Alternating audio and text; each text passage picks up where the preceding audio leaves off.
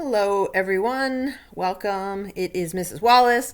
I hope all is well. I just wanted to give you a quick video about one topic that we're going to explore as an extension of supply and demand, and this is the topic of excise taxes. Clearly, the concept of taxes is a much bigger topic, so this isn't going to be an exploration of all different kinds of taxes and, property taxes and income taxes and sales taxes and things like that. Clearly, as consumers, we might pay a variety of taxes, and as individuals, we pay a variety of taxes.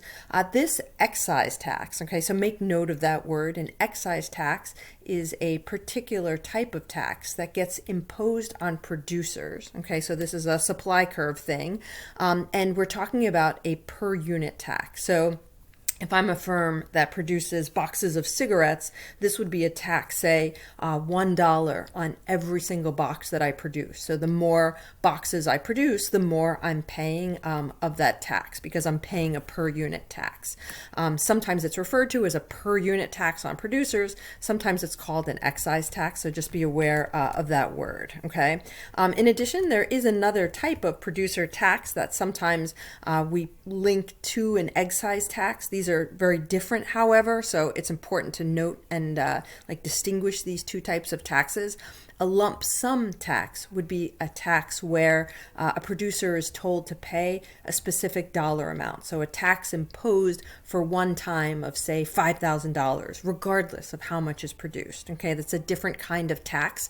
We're interested now in excise taxes because excise taxes actually shift the supply curve while lump sum taxes do not. Okay, so if we consider excise taxes and only excise taxes, usually there's two reasons why we might, as a society, impose an excise tax. The government would impose an excise tax. One is because we might want to dial down the amount of consumption of a particular good. So cigarettes, for example, are heavily taxed. And one of the reasons for that tax is because some consumers of cigarettes might purchase less of the product if they see a tax, right? If there's a higher price. And that may not be true for all cigarette smokers. Some people will purchase that regardless of the price. But certainly for younger smokers and for newer smokers, the price does seem to be a deterrent.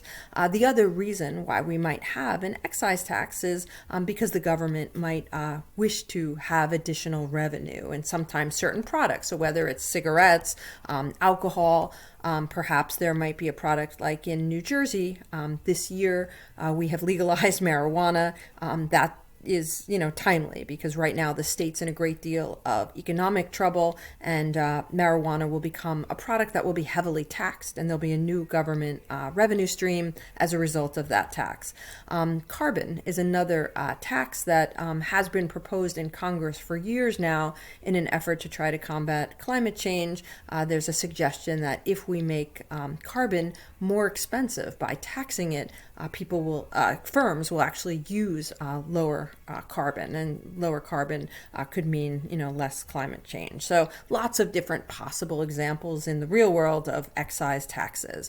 An excise tax, okay, essentially works by imposing a per unit charge on every single product. And if you see the supply schedule on the left for cigarettes, we know when the price is $5, the quantity supplied is 140. Of course, the quantity demanded would be a lot less. Where we see the intersection of quantity supplied and quantity demanded is at the equilibrium price of $3 and the equilibrium quantity of 100 boxes of cigarettes. Okay, when the government makes a decision to tax this product, it's basically increasing the price of the product. Okay, so if we impose a $2 tax, we see the prices on the supply schedule increase by $2, and we can actually graph that, right? Now we have a $2 increase in every single point on the supply curve. So originally, if at 80, the 80 boxes of cigarettes,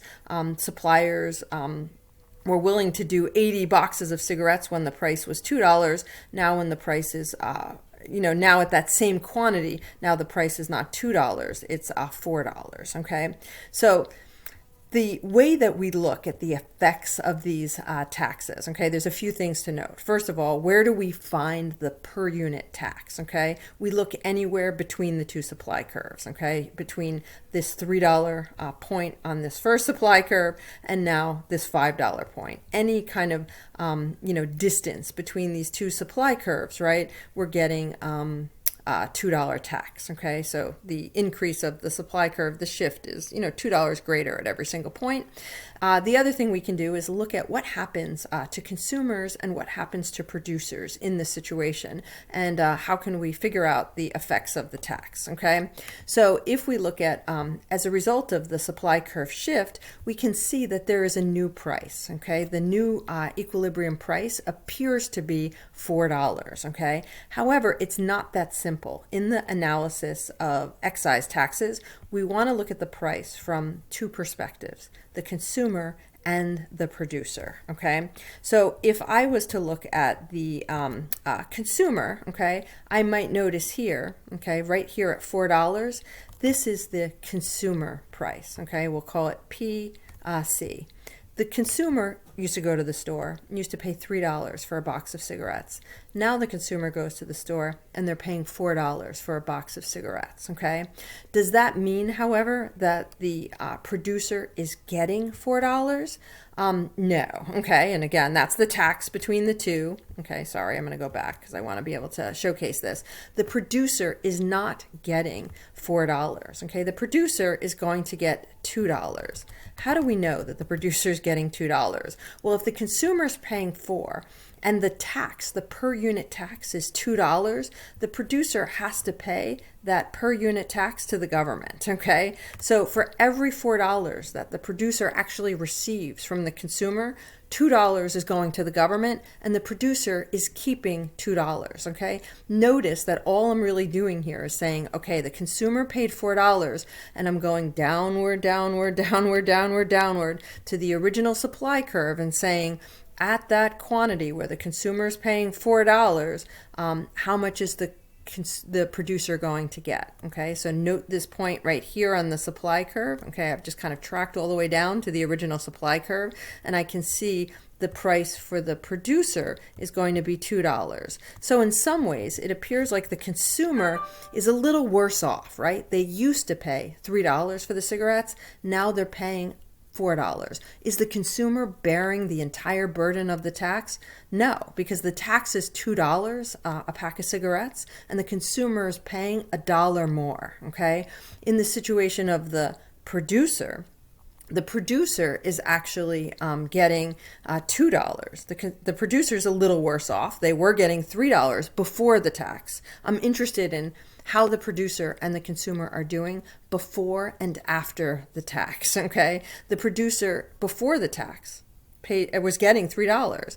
Now the producer is getting $2. Okay, so the producer's kind of eating $1 of the tax. The consumer is kind of eating $1 of the tax. They're bearing the burden fairly equally. Okay, but there is another beneficiary of the tax. Okay, this square box right here, this is the dollar amount of the revenue that's going to the government. It's the $2 tax. Okay, so every single box that's taxed for $2. And how many boxes are taxed at $2? 80. Okay, that's how many goods are made in this market.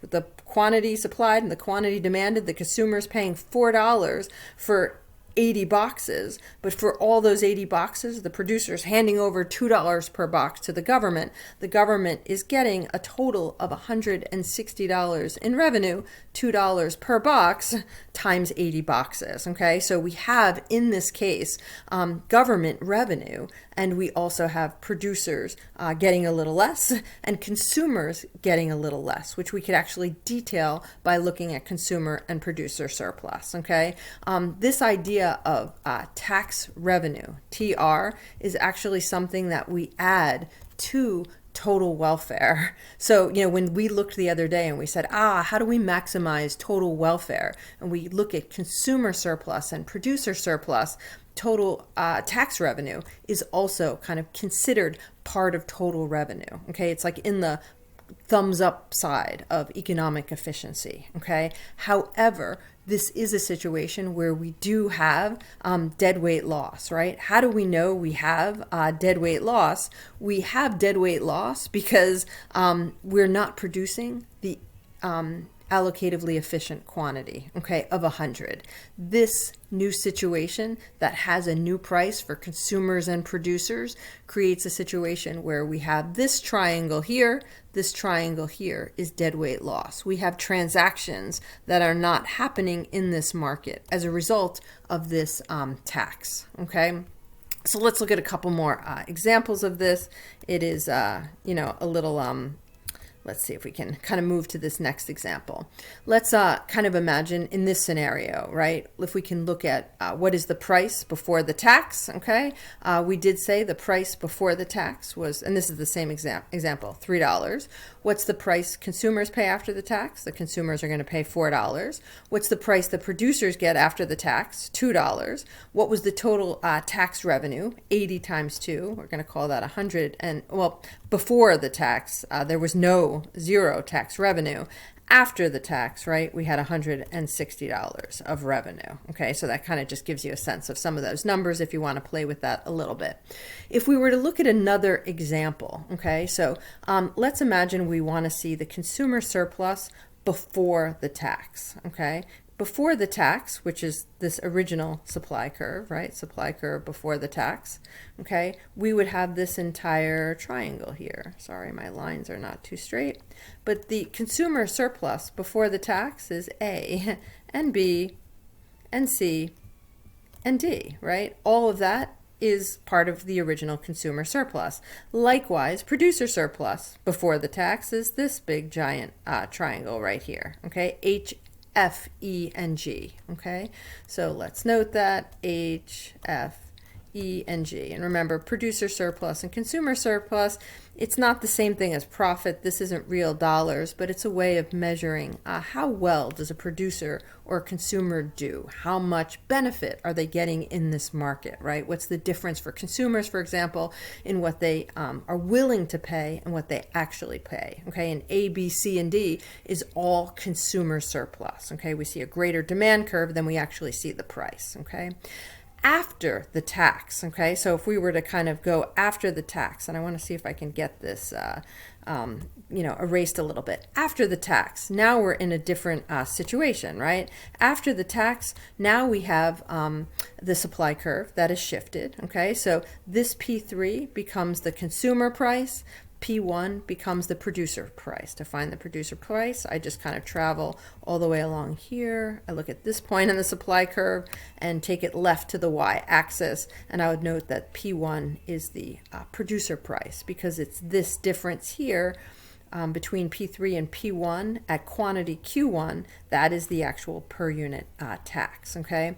To find consumer surplus after the tax, this is going to be straightforward. It's going to be just A, okay? Why? Because the consumer's paying this new price of P3. Consumer has a higher price. Consumer surplus will be less, right? We've lost B, C, and D.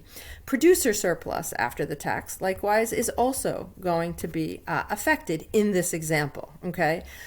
We would see whereas producer surplus used to be all of this, right? Now this is the producer price, okay? The producer price is P1. That's all they're getting. They have to pay the tax, so in effect, they are really receiving P1 from the sale of this good.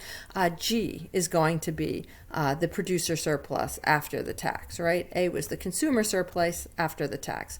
If we look at government revenue, because some of the previous consumer surplus, B and C, is no longer consumer surplus, but is actually going to the federal government.